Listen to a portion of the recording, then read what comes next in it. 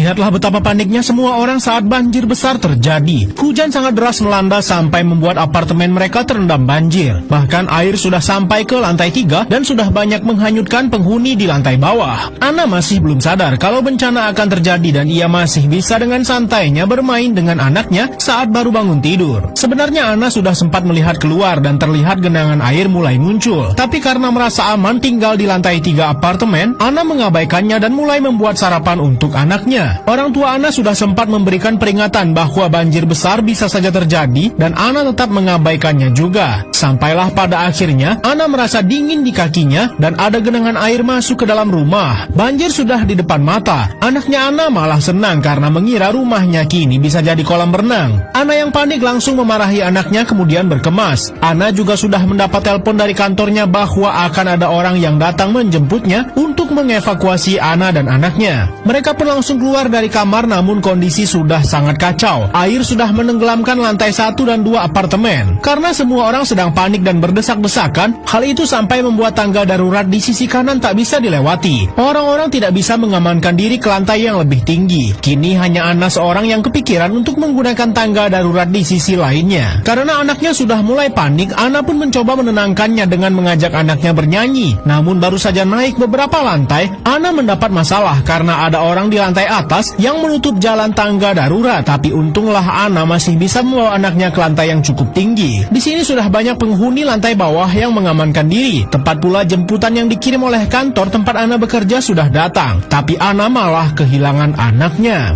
Ia mencoba mencari ke salah satu kamar yang terbuka karena memang banyak juga orang yang masuk ke sini. Tapi sayang, di depan matanya sudah ada ombak yang sangat besar. Bencana banjir yang sedang melanda semakin mengerikan. Walaupun mereka sudah mengamankan diri ke lantai yang cukup tinggi di apartemen ini, tapi sekarang ada ombak raksasa yang menghantam. Wanita ini sempat terdiam sejenak karena teringat trauma masa lalunya, tapi untunglah Ana masih bisa bertahan dari sapuan ombak dahsyat itu. Namun tas yang berisi obat sangat penting untuk anaknya malah hanyut. Ana mencoba mempertahankan diri sekuat mungkin dan mencari kembali anaknya yang sempat hilang. Mereka sempat terkurung di kamar ini, namun untunglah orang yang dikirim untuk mengevakuasi Ana datang di saat yang tepat. Pintu bisa dibuka dari luar dan mereka segera keluar dari genangan air yang sangat dalam. Anaknya pun juga masih bisa terselamatkan walau sempat mengalami syok yang cukup berat. Ana sangat berterima kasih karena kantornya mengirim orang untuk menjemputnya. Ternyata Ana dan anaknya ini dianggap orang yang sangat penting di kantornya, sehingga jemputan khusus dikirim kepadanya agar tetap selamat dari bencana yang bisa saja memusnahkan peradaban manusia, sebab ini bukan hujan biasa, melainkan ada asteroid yang menghantam Antartika dan es di seluruh dunia mencair.